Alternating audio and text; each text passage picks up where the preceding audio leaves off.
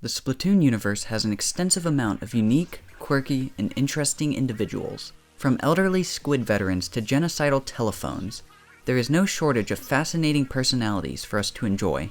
There is a certain group of characters, though, that I feel many of us hold near and dear to our hearts. Them being the 4 separate playable agents in the Squidbeak Splatoon: Agent 3, Agent 4, Agent 8, and Agent 3. Today, I want to delve deeper into these 4, into what makes them so interesting to us, the players, despite them just being silent protagonist self-inserts. But let me make it clear, they are so much more than that. To start things off, I'm going to need to give a little bit of background information on the agents and the group they have all played a part in, the new Squidbeak Splatoon. I won't go really far into detail for this segment because, well, I'm sure you have all played the games and know the story by now if you are watching this video, so this segment will more so be just to jog your memories real quick. We first learn of the Squidbeak Splatoon in Splatoon 1, which is run by Captain Cuttlefish, grandfather of the famed Squid Sisters, Callie and Marie. At the beginning of Splatoon 1, the Inkling's power source, the Great Zapfish, is stolen by the Octarians, led by DJ Octavio. To counteract this, Captain Cuttlefish hires an Inkling child who is now referred to as Agent 3. Despite their young age, Agent 3 is able to fight off against the Octarian military alone without much of a problem. Throughout the beginning of their journey, Agent 3 is guided by Cuttlefish, but after he gets himself kidnapped, Agents 1 and 2 become their main guides. At the end of the game, 3 faces off against DJ Octavio himself for the Great Zapfish, and with some musical help from Agents 1 and 2, they win the brawl. Luckily, this isn't the end of Agent 3's story, but to make more sense, I'll continue with them in a bit. For now, let's move on to Splatoon 2. In Splatoon 2, we play as a completely new agent mainly due to the fact that Cuttlefish and Agent 3 are busy with another mission. Once again, the Zapfish was kidnapped by the Octarians. This time around though, the famous pop star Callie from the Squid Sisters has also gone missing. Taking 3's place, we play as Agent 4, otherwise known as the Best Agent. Agent 4 is another Inkling kid who is guided throughout Splatoon 2 by Marie and Sheldon, the local weapon shop dealer. Long story short, they beat Octavio and save Callie, who is kidnapped by the Octarians. Splatoon 3 rolls around. Octo Expansion rolls around, and this time, we play as fan favorite Agent 8. Their story is actually a lot more detailed than the other 2 agents we've already covered. I'll go into more detail, but to make things quick, Agent 8 worked in the Octarian military until they heard the Calamari incantation during Agent 3's and Octavio's fight in Splatoon 1. The song resonated deeply within them, and caused them to want to leave Octarian society for the Promised Land. During their trek, 8 is attacked by Agent 3 and Cuttlefish, and later they are all attacked by a third party, causing them to be trapped in a place called the Deep Sea Metro. Agent 8 and Cuttlefish decide to team up to escape the Metro, and hopefully find the missing Agent 3. After meeting a sentient telephone, they go through a long series of missions, and eventually are tricked by said telephone and are almost blended into a primordial ooze. Luckily though, in one of the coolest moments in the entire series, Agent 3 bursts through the ceiling and saves both 8 and Cuttlefish. I feel that this moment here is where a lot more people started becoming more attached to the agents. At least, that's when I did. Before this point, we've never seen any of our previous agents ever do anything without us.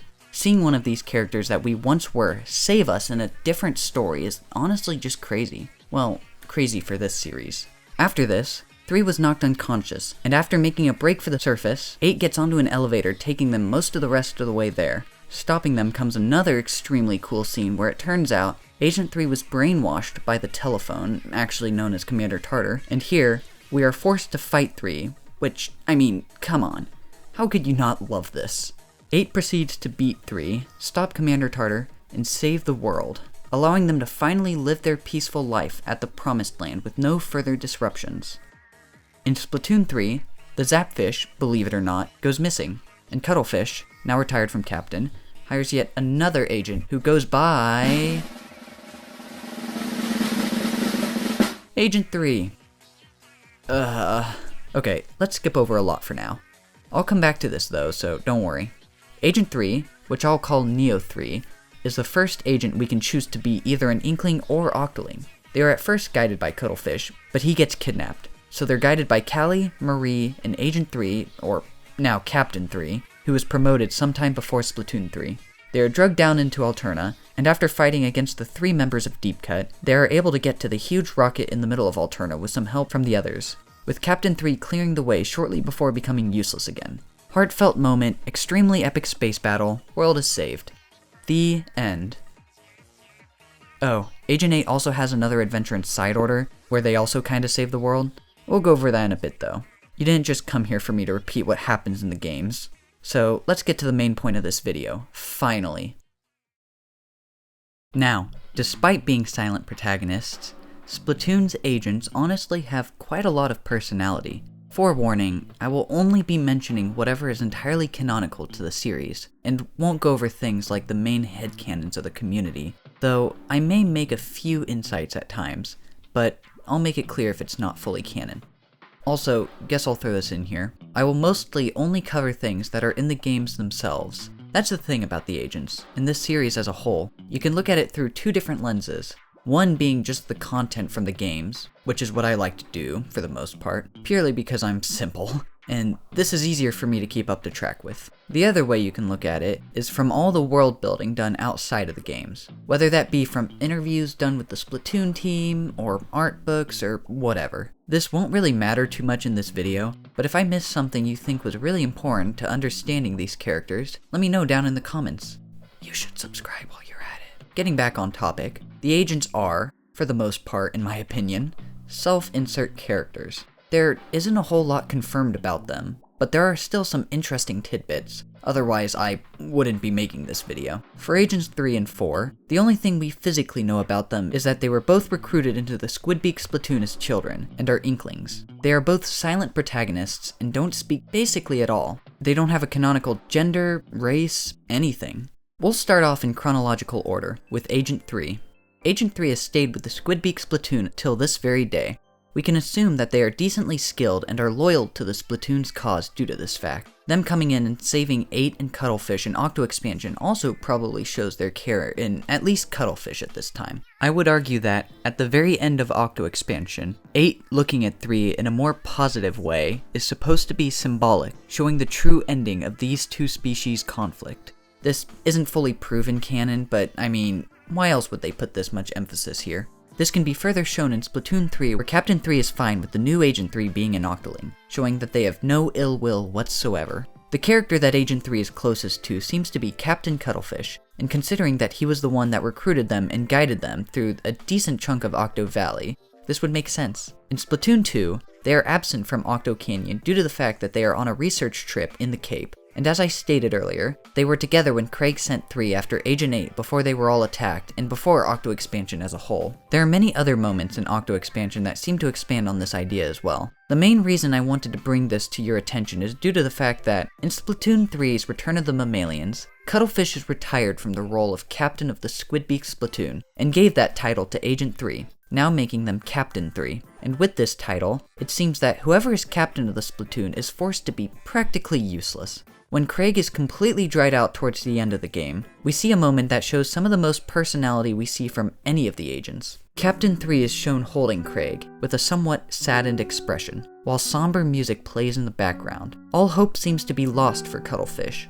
and 3 sheds a tear at the sight of their mentor, nay, their friend, lifeless before their eyes. In an extremely goofy plot twist, 3's tear rehydrates Craig ever so slightly, while they sit there in astonishment, and he's brought back to life as this, and he is still like this to this day. It's not much, but for our protagonists that don't have any personality, this is a lot of personality shown. Apart from this moment, and I guess when they use the machine to clear all the fuzz away from the rocket, we don't see 3 do much else. There's a couple other smaller moments I think I should mention, like when we first meet the other members of the Splatoon in 3 down in Alterna. The captain is there and they strike a couple poses, which I find funny considering they're the agent people usually see as more stoic and serious. Marie also mentions at one point the captain's shyness, which is just kinda there to explain why they don't talk. Oh, and at the end of the game, we can see 3.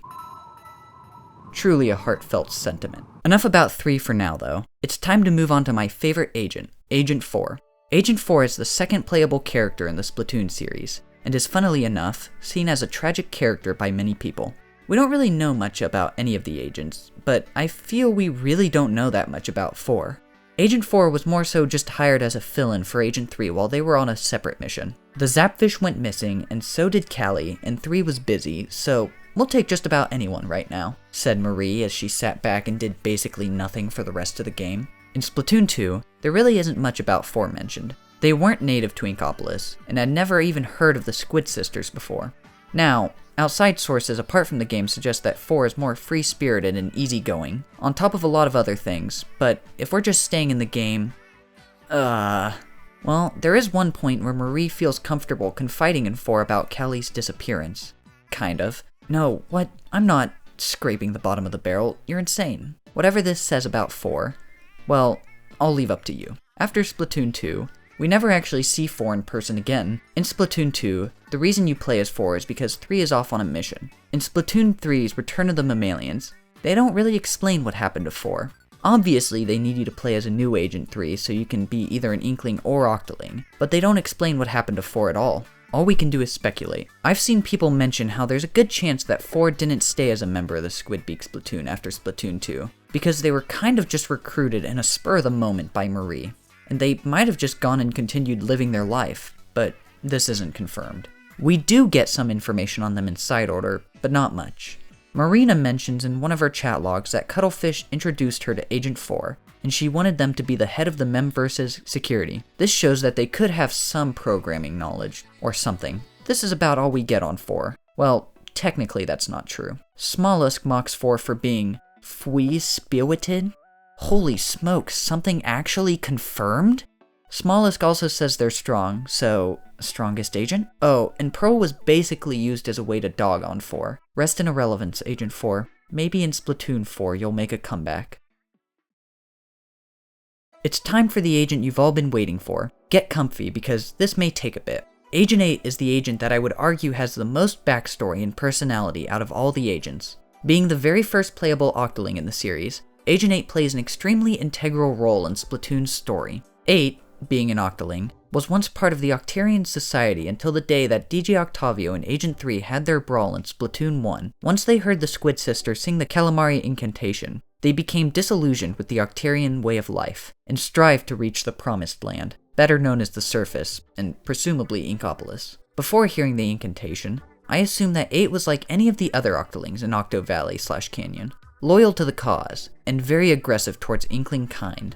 If you want a better idea what that could have been like, I talk about it a lot in my video about Octavio. You should check it out, and you should subscribe while you're at it. Thanks. For now though, let's stay more on topic of what we can be entirely sure of. And that's mostly what happens after 8 hears the Calamari incantation. Most of what we know is learned from memcakes, compressed memories of Kamaboko's test subjects. That's right, after their fight with 3, 8 loses their memories and gains at least some of them back from memcakes. Somehow. 8 is shown to be an optimistic character, longing for the day they can live a normal life on the surface. They are also shown to be pretty caring towards others, whether that be the Inklings in Inkopolis, or the other Octarians they've left behind. This is especially apparent to me considering what they write for their memcake of DJ Octavio. I leave without ceremony. Don't be too sore. I wanted more. My sincerest apology. As I said a second ago, you should watch my other video where I go into more detail. Long story short though, despite abandoning him, 8 has no ill will towards him, and apologizes for doing so. They also seem to feel bad for the captured Zapfish, noticing how they seem terrified whenever they pass by. There's so much to say about the memcakes, and I really love how good they are in building up 8's character. If you haven't yet, you should 100% read through all of them sometime when you get the chance. They are extremely interesting and give so much important insight into 8, the Octarians, and the world of Splatoon as a whole. Okay, so Cuttlefish is 3's closest companion due to him being their first guide. Marie is most likely 4's closest companion considering she's the only one that guides him through Splatoon 2. Unless you count Sheldon, but I mean, come on. And despite the fact that Craig was the one accompanying 8, it seems that they've grown closer to the members of Off the Hook, Pearl and Marina. It would make sense for 8 to grow somewhat attached to them, especially considering how Marina went through a very similar situation as them when she left the Octarian Society. This is further expanded upon in Side Order, the only story where we play as one of the previous agents instead of an entirely new one.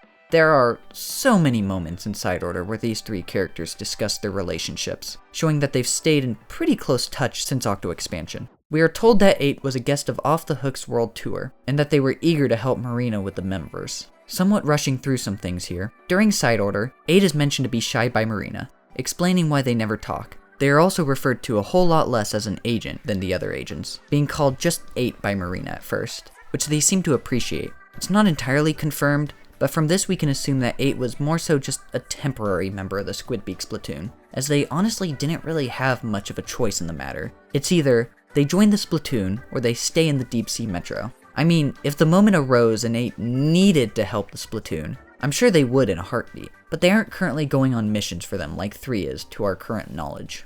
Kinda makes you wonder more about what 4's role is now, to be honest. To me, Neo 3 is a very peculiar case. As I've been kind of working around in this video, they share the same title as Captain 3 once had, Agent 3. Neo 3 is the very first playable character in the series where we the player can choose whether they are an Inkling or Octoling. They are first shown in Splatoon 3, where they are recruited in a very similar fashion to how the previous Agent 3 was, by an old guy through a sewer grate.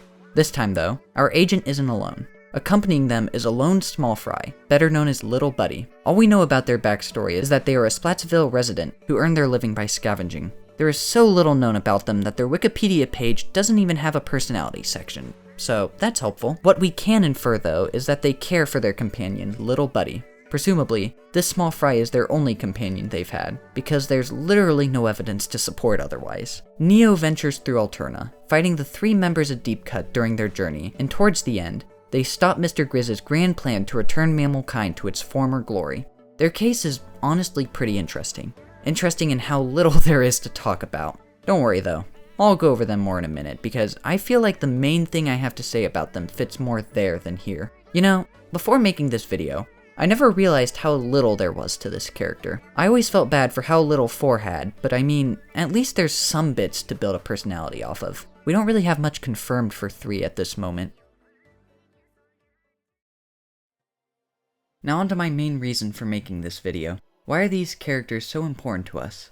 I've seen people in my comment sections discussing why people care so much about the agents. I mean, from a simple glance, it honestly doesn't make sense. They're characters that don't speak, have no confirmed physical appearance, for the most part, and don't really have a personality if you don't notice all the little details about them. There are so many extremely interesting characters in this world, with wacky, quirky, fun personalities. So why do so many of us put so much thought into these 4? To me, the simple answer is that they're us. Or, well, whatever depictions we want to put upon them. There's so little to most of these characters, yet there's so much we can discuss. This entire video I've been trying to stay more towards the canonical side of this discussion, but I'm gonna kind of break that here. There are so many amazing interpretations of these characters out there. I feel they are the perfect vessels in helping us connect to this world. There are so many creative aspects you can connect to these 4, and besides a few very vague descriptions that you can honestly just ignore if you wanted, they can be whatever you want. There are definitely more popular headcanons for what the agent's personalities are, but if you don't like them, you don't have to follow them. I'll throw a personal example out there. I may have made it clear at one point or another that Agent 4 is my favorite agent. This is for a multitude of reasons. For starters, they are the very first agent that I played as, so they will always have a very special place in my heart for being my introduction to the series. I find it really fun to theorize what the future of these characters hold, especially 4. I love the edgy stuff people have thought up of why 4 had basically no part in Splatoon 3. While it's most definitely not as deep as any of us make it out to be, it's still extremely entertaining to just think about. Captain 3 and 8, while less so than 4, can also fit in this category, I feel. They definitely have a lot more character built around them, being more important characters in the story, but there's still so much to speculate on. What's next for the Squidbeaks Splatoon in 3's future? Is 8 still connected to the Splatoon in any way? How would the agents interact with one another if they ever met, or if we ever saw them meet? For Splatoon 3 though, I feel like the spotlight is currently on Neo 3, which would make sense. Now I doubt they'll really play any significant role anytime soon in the story. They'll honestly probably just be put backstage like 4 for a while. The thing that makes them so special is that not only are they the most recent character we play as, but they also have the most potential for customization out of any of the agents. The fact that they can be either an Inkling or Octoling already puts them on top for personalization, but they also have by far the most options for their eye colors, hairstyles, clothing options, and more. Neo 3 is the agent that I have spent the most time as by an extreme margin. The fact that they had even more potential that Nintendo decided to scrap before releasing Splatoon 3 is honestly really disappointing to me. And while I know it would have been hard to add things like more hairstyles with all the hats and gear we have, I still really wish they did. I think the moment that got people really attached to these characters was the moment where 3 bursts through the roof and saves Aid and Craig. It was the first time we've ever seen any of the agents do anything outside of our control. It opened up an entire realm of opportunities, and gave at least me hope that maybe once their main story is done, that's not just it for the character. Maybe there's hope that one day we'll see them again. Now I understand we can't have moments like this all the time, primarily because there's so little to the characters, that Nintendo would prefer to have characters they themselves can write more stuff for without, taking that away from the players. Though, it's still nice to at least get references to them, which, while not exactly what I was hoping for, I'm glad Side Order did at least accomplish that with 4. Here we are now. We've had 3 different games, 5 different stories, and 4 different playable characters. We are once again at that point where we don't really know what's gonna happen. All we know now is that we are getting a Splatoon spin-off game with a protagonist that isn't an agent for the first time in the series. Besides that, though, it's really just open to speculation. Now obviously Nintendo is going to make Splatoon 4. That seems pretty clear. This series makes way too much money for Nintendo to just take it out back and put it down. Even though it's been speculated that Splatoon 4 may not even be about the Squidbeak Splatoon this time around. Whether you think that's a good thing or not, that's up to you. We may very well be done with agents as a whole, getting no new ones, and possibly never hearing from the old ones again. I personally hope that this isn't the case. At least not fully. While I would love for an entirely new story for the series to follow, it would be pretty disheartening and somewhat lackluster if Nintendo just ignored all these old characters. I'm kind of hoping we get a combination of both, honestly. Pulling this out of nowhere, but it would be cool in my opinion if the main story of Splatoon 4 was about something other than the Squidbeak Splatoon. Or, at the very least, not make it the main focal point like almost every other story. Then a potential DLC could bring us back to our roots a bit with the Splatoon, and make it about Agent 4 please, thanks Nintendo. Maybe I'm the only one that feels this way, but it would be a real shame if this was it for these 4. I'm not saying that they all need to play a huge part in the game, but hopefully Nintendo gives us something. Anything for that matter. I doubt any of the games will fully revolve around 3, 4, or 8. Sure, maybe a side story, but not the main one. It would honestly suck to be entirely locked behind one species or another for an entire game, so I don't really see that happening. Neo 3 though, now that I'm thinking about it, has potential to be future main character material. There's not much known about their backstory, and they aren't locked behind a singular species. So there's a chance that we'll play as them again, but who knows. Nintendo will most likely make an entirely new character for us to be, especially if the game doesn't revolve around the Splatoon. I guess we'll just have to wait and see.